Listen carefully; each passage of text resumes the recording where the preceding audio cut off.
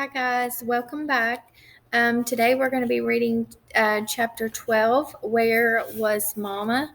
And remember, they had just opened the casket, and there are clothing and blankets in there for Ellen and her family.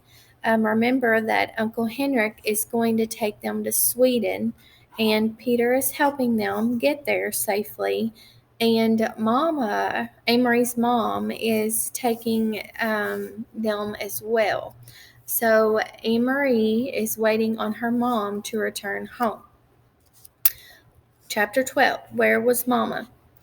Mr. Roslin tripped on the loose step outside the kitchen door. His wife grasped his arm, and he regained his balance.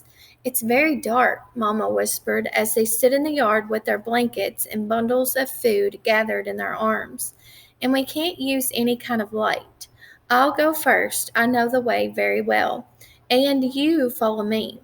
Try not to stumble over the tree roots in the path. Feel carefully with your feet. The path is uneven. And be very, very quiet," she added unnecessarily. The night was quiet too. A slight breeze moved in the tops of the trees, and from across the meadow came the sound of the sea's movement, which was a constant sound here and had always been. But no birds called or cried here now in the night. The cow kept silently in the barn, the kitten upstairs in Kirsty's arms. There were stars here and there dotting the sky, among thin clouds, but no moon. Amory shivered, standing at the foot of the steps. "Come," Mamma murmured, and she moved away from the house. One by one the Rosens turned and hugged Amory silently. Ellen came to her last. The two girls held each other. "I'll come back some day," Ellen whispered fiercely. "I promise."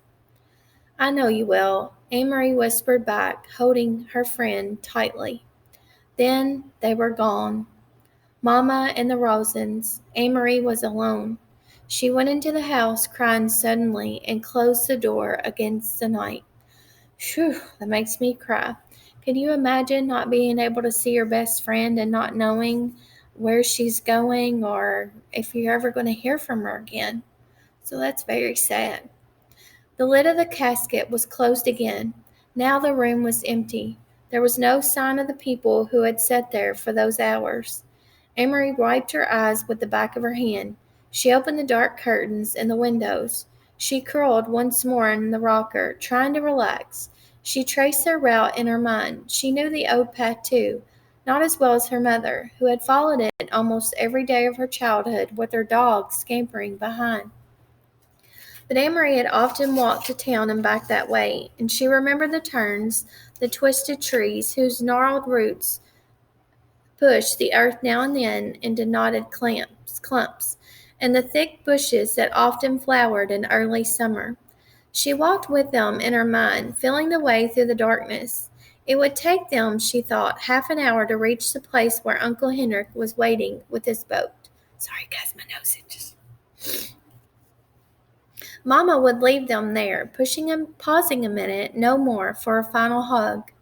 And then she would turn and come home. It would be faster for Mamma alone, with no need to wait as the Rosens, unfamiliar with the past, slowly felt their way along. Mamma would hurry, sure-footed back to her children. The clock in the hall struck once. It was 2:30 in the morning. Her mother would be home in an hour, Amory decided. She rocked gently back and forth in the old chair. Mamma would be home by 3:30. She thought of Papa back in Copenhagen alone. He would be awake too. He would be wishing he could have come, but knowing too that he must come and go as always, to the corner store for the newspaper, to his office when morning came. Now he would be afraid for them and watching the clock, waiting for word that the Rosens were safe, that Mom and the girls were here at the farm, starting a new day with the sun shining through the kitchen window and cream in their oatmeal. It was harder for the ones who were waiting, Amory knew. Less danger, perhaps, but more fear. She yawned and her head nodded. She fell asleep, and it was a sleep as thin as the night clouds, dotted with dreams that came and went like the stars. Light woke her, but it was not really morning, not yet. It was only the first hint of a slightly lightening sky. A pale gleam at the edge of the meadow, a sign that far away somewhere to the east, where Sweden still slept, morning would be coming soon. Dawn would creep across the Swedish farmland and coast. Then it would wash little Denmark with light and move across the North Sea to wake Norway. Amory blinked in confusion, sitting up, remembering after a moment where she was and why. But it was not right. The pale light at the horizon. It should be dark still. It should still be night. She stood stiffly, stretching her legs, and went to the hall to look at the oak clock. It was past 4 o'clock. Where was Mamma? Perhaps she had come home not wanting to wake Amory, and had gone to bed herself. Surely that was it.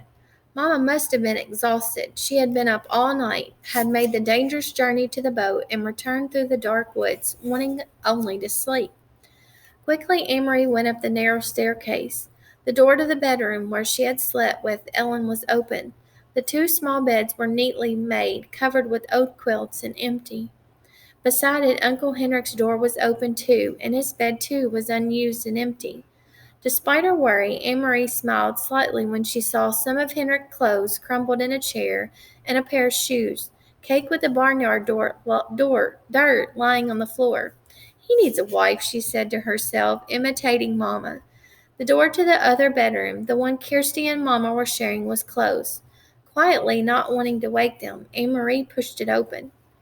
The kitten's ears moved, standing up straight. Its eyes opened wide, and it raised its head and yawned. It pried itself out of Kirsty's arms, stretched, and then jumped lightly to the floor and came to Amory. It rubbed itself against her leg and purred. Kirsty sighed and turned in her sleep, one arm free now of the kitten's warmth and comfort, flung itself across the pillow. There was no one else in the wide bed. Amory moved quickly to the window, which overlooked the clearing that led to the path's entrance. The light outside was still very dim, and she peered through the dimness, trying to see, looking for the opening in the trees where the path began, looking for Mamma hurrying home. After a second, she saw a shape there, something unfamiliar, something that had not been there the day before. A dark shade, no more than a blurred heap at the beginning of the path. Amory squinted, forcing her eyes to understand, needing to understand, not waiting to understand.